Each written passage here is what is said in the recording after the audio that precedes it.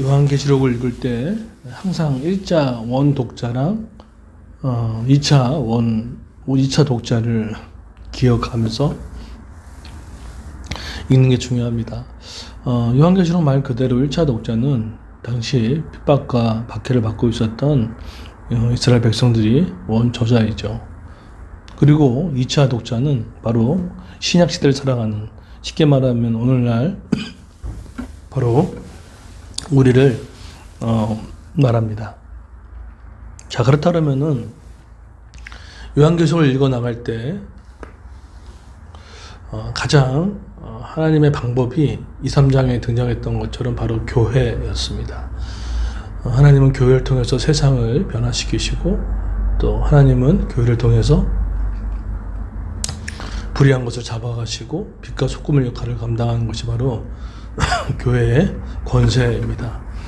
그거는 뭐 그레이스 교회도 교회있지만 우리 각자도 교회고, 우리 가정교회도 교회고, 우리 그레이스 교회도 교회고, 흩어진 많은 교회도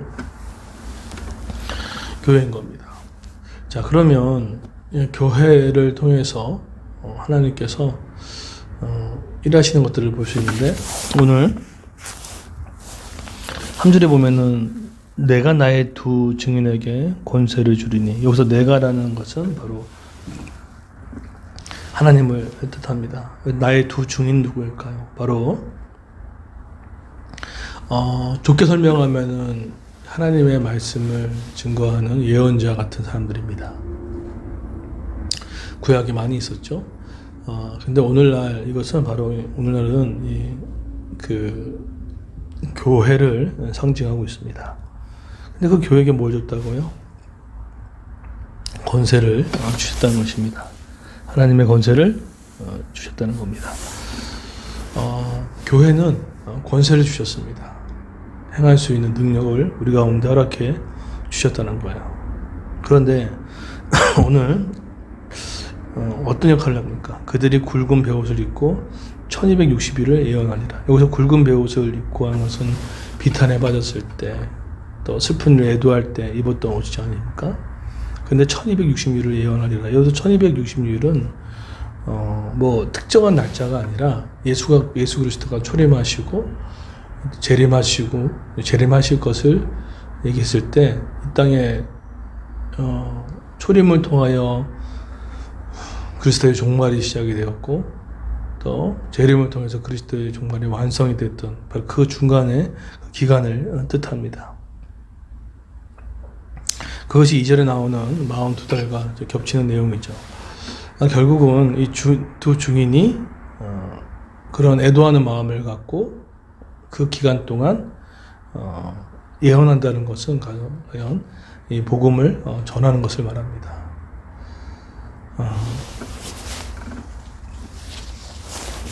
그렇게 본다면 교회의 역할이 너무나 분명한 거예요.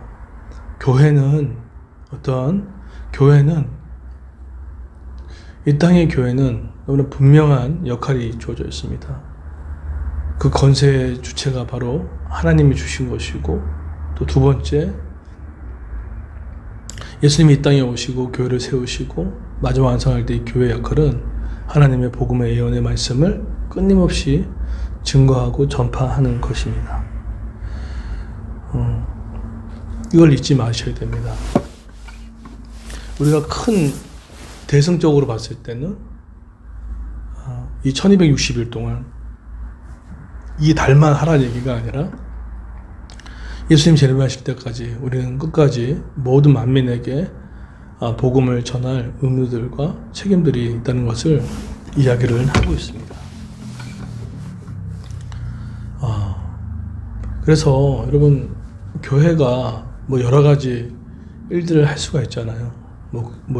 이번 크리스마스 때 도와주는, 이웃과 함께하는 크리스마스 통해서 우리 해화동에 있는 우리 조선가정 차상위 간증회 때 보는 모금도, 또 우리 얼마 전에 도왔던 일산교회 들풀교회도, 그리고 우리 매달 한 번씩 여러분의 10,000원씩 헌금과 교회 헌금을 합쳐서 드려지는 그런 교회와 지역아동산태와 또 기아 대책에 보내주는 이런 작은 구조연금도 결국은 그거 자체가 목적이 아니라 사실 그걸 통해 하나님의 사랑이 흘러가고 복음이 증거되는 것에 대한 부분이겠죠. 이것이 너무나 중요한 교회의 중심 포커스입니다. 이걸 놓쳐버리면 안 돼요. 근데 이럴 수 있죠. 물론 우리가 그렇게 하기 위해서 공동체가 정말 건강해야 됩니다. 왜 건강해야 됩니까? 라고 하면은 하나님의 복음을 전하기 위해서예요. 우리가 왜 잘 모여야 됩니까? 하나님의 복음을 보여주기 위해. 우리가 왜 양육합니까? 하나님의 복음을 잘 증거하기 위해서예요. 그것이 증거되어야 돼요. 저는 영혼구원과 제자 삼는 그리스도 교회 일을 했을 때 사실 이 의미에 대해서 좀 더 명확해진 것 같아요. 아, 그렇구나. 이 땅에 그리스도가 망가진 세상을 고치시러 이 땅에 초림하시고 망가진 이 세상을 완성할 그날이 반드시 있다. 그게 바로 재림인데 그 안에 저와 맡겨진 일들, 이 그리스도 교회, 한국에 있는 모든 교회, 또 전 세계 흩어진 모든 교회가 바로 그 일을 하라고 했던 부분입니다. 그러니까 라오디게아 교회는 사실은 이것을 잊어버린 채 게으르고 나태했던 거죠. 저는 이 일에 하나님 나팔수의 역할들을 잘 감당하는 것이 됐으면 좋겠어요. 때로는 이것이 부담이 되고 때로는 이것이 될지라도 그래도 교회가 이 역할을 감당하지 않는다면 비단 무어의 단체와 될 수 있겠습니까? 그러고 나서 오늘 5절에 보시면 어떤 특권을 주세요. 혜택을 주시는데 만약 누구든지 그들을 해하고자 하면 그들의 입에서 불이 나와서 그들의 원수를 삼켜 버릴 것이며 누구든지 그들을 해하고자 하면 반드시 그와 같이 죽임을 당하니라. 하나님의 교회에 대한 보호를 말합니다. 교회는 하나님이 지키십니다. 거짓되고 악하고 더럽고 또 교회를 행하는 모든 것들을 하나님께서 이처럼 어떡합니까? 반드시 죽음이 당한다는 것처럼. 그래서 왜 간혹 그런 얘기 들었잖아요. 우리 믿는 사람을 건드리거나 또 교회를 건드렸을 때 어려운 일이 생겼던 그런 약간의 빈번한 그런 간증이 들었을 때 그게 그냥 하는 소리가 아닙니다. 하나님께서 그만큼 이 교회를 소중히 보시고, 왜냐하면 자기 아들의 핏값으로 산 교회인데 얼마나 소중하고 귀하겠습니까? 크기와 상관없이 이 교회는 예수 그리스도의 핏값으로 산 교회입니다.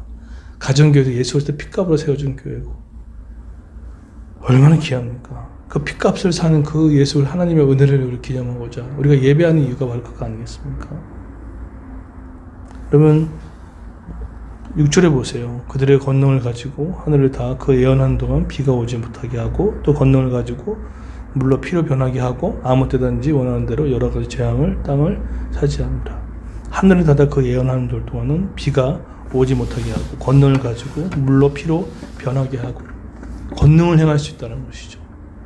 권능을 행할 수 있는 힘도, 근데 이 권능을 행할 수 있는 것은요 다른 데 있지 않아요. 바로 우리가 개인의 기도와 또 합심 기도와 마음을 모아서 하는 기도인 겁니다.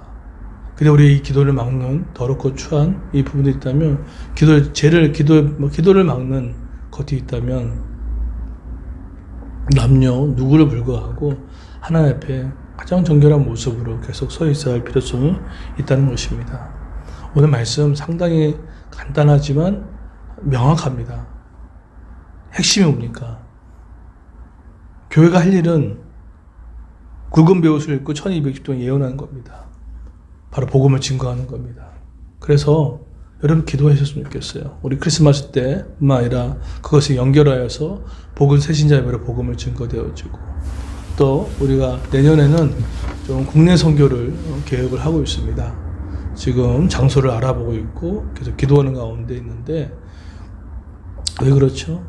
복음 전해야죠. 선교를 감당해야죠. 언제까지 우리 안에서만 은혜를 나누고 있겠습니까? 그리고 또한 근데 그것이 혼자 힘으로 안 됩니다. 같이 있을 때 될 수 있습니다. 우리가 그래서 하나님이 이걸 참 기뻐하세요. 저는 그런 거 보면은 하나님께서 여기 복의 겨운 이렇게 은혜를 많이 주셨을까? 저는 제가 전에 있는 사명교회에서 예람제 담당 교육자였잖아요. 한마디로 전도 담당 교육자였잖아요. 하나님이 어여쁘게 보신 것 같아요. 영혼을 향한 안타까운 마음 들었을 때 하나님은 모든 걸 다 던지십니다. 아낌없이 지원하십니다. 그게 우리가 사는 길이죠. 이 비밀을 아는 자가 복된 겁니다. 이 비밀을 아는 자가. 저는 그래서 후배들이나 뭘 물어보는 사람도 있으면 꼭 뭐 얘기를 해요. 저는 심지어 자녀들한테 얘기합니다. 돈이 아까워하고 있을 때 그거 아까워하지 말고 더 구제로 사용하고 또 정확하게 11조 드리고 또 남을 더 도와주라고. 보니까 희성이가 한 달에 한 번씩 우리 아이들 데리고 항상 한 달이 되면 나가서 먹이더라고요. 자기 용돈 그 몇천 원밖에 안 되는 걸 모아다가 하는데 귀해요. 근데 어느 순간에 보면 희성이의 주머니에 또 하나님의 재정으로 채워주는 작은 훈련들을 시키시더라고요. 그래서 저는 희성이가 뭐 없다, 힘들다, 어렵다 할 때 오히려 더 구제케 합니다. 오히려 더 11조를 하게끔 합니다. 그리고 더 사주라고 얘기합니다. 왜 그럴까요? 희성이는 교회거든요. 교회는 하나님의 복음을 위해서 그 물질을 쓸 때 하나님께서 책임지는 영역을 반드시 있다는 사실을 여러분 잊지 마십시오. 하나님 벌써 상 주시는 분이십니다. 보상하시는 분이십니다. 때로는 그것이 없는데요 라고 하지만 아니요. 우리가 꼭 그것을 바래서 그런 건 아니지만 하나님은 그것을 가장 깊이 보신다는 사실을 잊지 않았으면 좋겠어요. 이거 하다 보면은 여러 가지 부딪히는 것도 있고 부담도 있지만 그래서 이것을 뛰어넘을 때 그것이 바로 교회 존재 목적을 절대 잊지 마십시오. 오늘 이 설교를 듣는 분들 잊지 마십시오. 교회는 바로 두 증인이다. 그리고 바로 우리는 그 예수의 초림과 재림의 중간을 지나면서 우리는 복음을 전파하는 복음 전도하는 일을 사명을 맡겨졌다. 이것이 핵심입니다. 오늘 하루 승리하기 바라겠습니다.